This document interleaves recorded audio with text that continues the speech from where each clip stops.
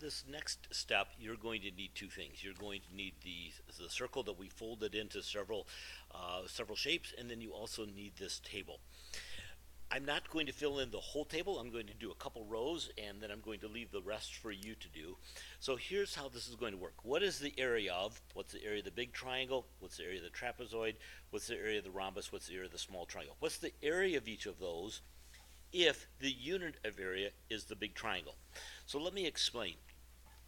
If this is our unit of area, if we say that this has an area of 1, then obviously the big triangle has an area of 1. If we then take a look at the trapezoid and we say, what is the area of the trapezoid? If the whole area of the triangle is 1, then what's the area of the trapezoid? And the area of the trapezoid would be 3/4.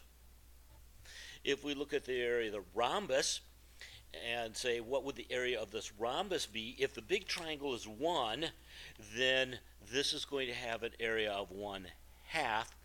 And then the small triangle right here, this small triangle will have an area of 1/4 of the big triangle. Okay, so that's how we'll fill in the chart. Now I'm going to do one more row, and then you're going to have a couple of assignments with this chart. So let's start with the rhombus. So now we're going to say the rhombus, this shape has an area of 1. Well, if we define this to be our shape of 1, then the rhombus has an area of 1. And we'll go this way. We'll go to the right first of all. So if this has an area of 1, then the small triangle right here would have an area of 1/2. 1/2 of what the rhombus is. If our rhombus is 1, then the area of the trapezoid,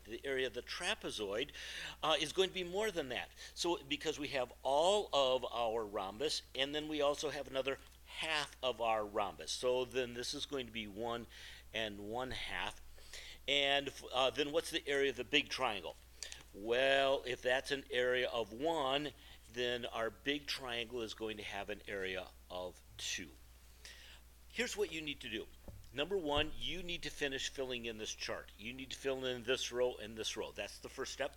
The second thing that you need to do is look at the numbers in this chart, and I would like you to find as many mathematical patterns as you can. How many different patterns, how many different relationships can you find within the numbers of the chart?